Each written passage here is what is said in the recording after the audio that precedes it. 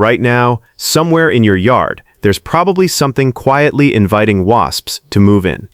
Not a nest yet, just an invitation, a scent, a puddle, a gap in your siding no wider than a pencil. By the time you notice a paper nest tucked under your eaves, wasps have already been scouting your property for weeks. Most homeowners think wasps show up at random, that some houses just get unlucky. They don't. Wasps constantly evaluate a home like a real estate agent, checking off boxes for food, water, shelter, and safety. Check enough of those boxes and you become the target.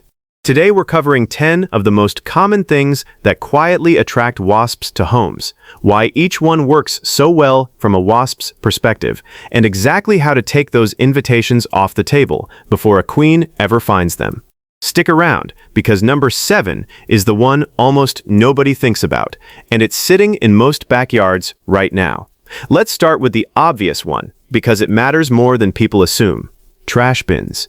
An open or loosely sealed trash can is basically a buffet sign for wasps, especially in late summer when colonies are largest and workers are desperately foraging for protein and sugar. Wasps aren't just after sweet things. Many species, especially yellow jackets, are aggressive scavengers hunting for meat scraps, and your trash can is full of both. Use bins with tight-fitting lids, rinse sticky containers before tossing them, and don't let bags sit open in a garage or side yard waiting for pickup day. A wasp doesn't need long to find a food source, and once she does, she'll return and recruit others. Now here's something a lot of people get wrong.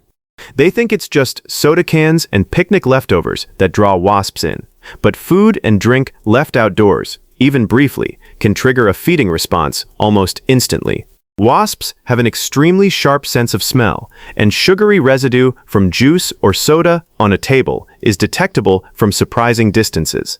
That's why wasps seem to appear out of nowhere the moment you set food down outside. They're not appearing from nowhere. They were already patrolling nearby, and your open drink just became the most interesting thing in their flight path. Keep drinks covered, wipe up spills immediately, and avoid leaving food unattended for more than a few minutes, especially when foraging activity peaks in warmer months. Pet food is another one that catches people off guard, because it doesn't feel like an obvious attractant the way trash does. But a bowl of dog food left outside all day, especially anything with a meaty or fishy smell, sends out exactly the scent signature foraging wasps are trained to detect. This is especially true in mid to late summer, when colonies shift toward protein to feed developing larvae. If you feed pets outdoors, do it in short, supervised windows rather than leaving a full bowl out all day. Bring bowls in after mealtime and rinse them if there's noticeable residue. It's a small step, but it removes a food source most homeowners never even consider. Let's talk about fallen fruit. If you have a fruit tree and that fruit is left to sit on the ground and ferment, you're essentially running a wasp feeding station in your backyard. Fermenting fruit releases sugars and alcohol compounds that are almost irresistible to foraging wasps, and a few overripe apples or plums under a tree can draw in far more activity than people expect. This attractant builds over days, not minutes, so a weekly cleanup habit during fruiting season makes a real difference. Rake and dispose of dropped fruit regularly, and if you're not using it, consider harvesting earlier before it hits the ground. Not every flower is equally risky, but flowering plants placed close to seeding areas do increase wasp encounters, and there's a specific reason why. Many flowering species produce nectar that adult wasps rely on as an energy source, separate from the protein they hunt for their larvae. Adult wasps are actually more like bees in this regard, since nectar and sugar make up a large part of their diet, even though their young eat insects. Surround your patio with heavily flowering plants, and you've placed a wasp feeding zone right where people sit and eat. The fix isn't ripping out your garden, it's spacing. Keep the most nectar-rich blooms further from seeding and lean on lower flowering greenery right around the areas where people gather. Now let's get into the one I mentioned earlier, because it's genuinely underrated. Standing water. Wasps need water constantly, both to drink and to regulate humidity inside the nest, especially in hot weather when they use it to cool developing brood. A clogged gutter, a forgotten kiddie pool, a saucer under a potted plant, even a dripping faucet, all become reliable water sources wasps will visit repeatedly once discovered. And because wasps are creatures of habit, a consistent water source near your home can keep a colony anchored to your property for an entire season. Walk your yard every week or two and eliminate anything holding still water for more than a day. It's one of the simplest prevention habits and one of the most overlooked. Let's move to the structural side, because this is where prevention really matters. Gaps in siding, soffits, and roof lines are prime real estate for wasps looking to start a nest, not just forage. Certain species, like paper wasps and some yellow jackets, prefer small, sheltered voids protected from wind, rain, and predators. A gap as small as a quarter-inch can let a queen squeeze through and begin building in spring. That's why so many nests turn up in places homeowners never see until it's too late, tucked inside a soffit vent or behind a loose fascia board. A walk around in early spring, sealing visible gaps with caulk or wire mesh and repairing damaged siding, removes a huge number of potential nesting sites before queens even start scouting. Grills are another one people don't think about until it's a genuine nuisance. Grease residue built up on a grill over a season is a powerful attractant, combining fat, protein, and smoke-tinged food particles in one place. Wasps will investigate grates, drip trays, and even the exterior housing if enough residue has built up, especially yellow jackets, which are drawn to animal protein more strongly than most people assume. Cleaning your grill thoroughly after each use, including the grease trap, and covering it between uses, removes a food source that otherwise advertises itself all week long. Dense shrubs and overgrown vegetation deserve a mention too, because they attract wasps through shelter, not smell or food. Thick, undisturbed vegetation close to a home provides the sheltered, low-disturbance environment some species prefer for nesting, particularly ground-nesting yellow jackets that build underground rather than in the open. Overgrown areas near foundations, fences, or wood piles are common nesting zones simply because nobody disturbs them regularly. Keeping vegetation trimmed back from your home's perimeter and checking dense areas periodically reduces the number of undisturbed hiding spots available. This next point ties a few of these together, and it's genuinely misunderstood. If you had a wasp nest last year, even one you removed, the location can still be relevant this year. Here's why. Most colonies die off entirely each fall, and old nests aren't reused the following season.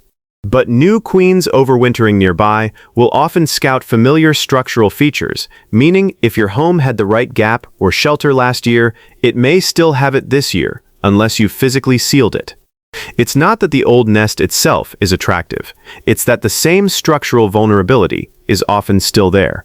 Removing old nests once wasps have left, and sealing the access point they used, closes that loop for good.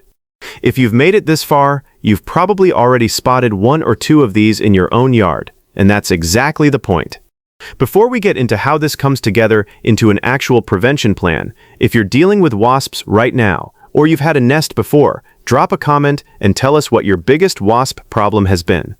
It helps shape what we cover next, and if home and pest topics like this are useful, subscribing means you won't miss the next one. Here's the bigger picture worth understanding. None of these 10 factors work in isolation. Wasps are opportunists, and they're constantly weighing cost against reward. A yard with just one attractant, say, a single flowering shrub, usually isn't enough to draw sustained attention. But a property with several of these factors together, open trash, standing water, a few structural gaps, and some overripe fruit, becomes a genuinely attractive target. And that's when you start seeing repeat visits, then scouting, then eventually a nest.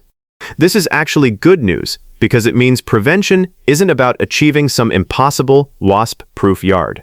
It's about reducing the total number of invitations your home is sending out, so that even if a wasp does pass through, there's nothing compelling enough to make her stay. A good seasonal approach looks something like this. In early spring, before queens emerge and start scouting for nest sites, do a full walk around of your home's exterior. Check soffits, roof lines, siding gaps, and vents. This is the single highest leverage window for prevention, because you're closing off nesting opportunities before anyone's looking for them. Through summer, focus on maintenance habits, trash management, food and drink discipline outdoors, pet bowl care, and regular checks for standing water. These habits matter more as the season progresses because colonies grow larger and foraging becomes more aggressive as summer goes on. In late summer and early fall, keep an eye out for increased activity around fruit trees and outdoor eating areas, since this is when wasps shift heavily toward sugar foraging as colonies begin winding down. It's also worth saying that not all wasps are equally aggressive or drawn to human activity. Solitary wasps, for example, tend to ignore people almost entirely and actually help control other pest populations. It's primarily social species, like yellow jackets and paper wasps, that build the kind of colonies capable of becoming a real nuisance around a home. Understanding this matters because it means broad, indiscriminate pest control isn't necessary or even advisable. Targeted prevention, the kind we've walked through today, is both more effective and far less disruptive to the beneficial insects sharing your yard.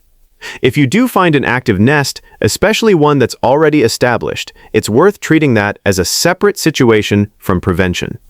Removing an active nest, particularly a mature one, with dozens or hundreds of wasps, carries real risk, and rushing in without the right approach is how most sting incidents happen.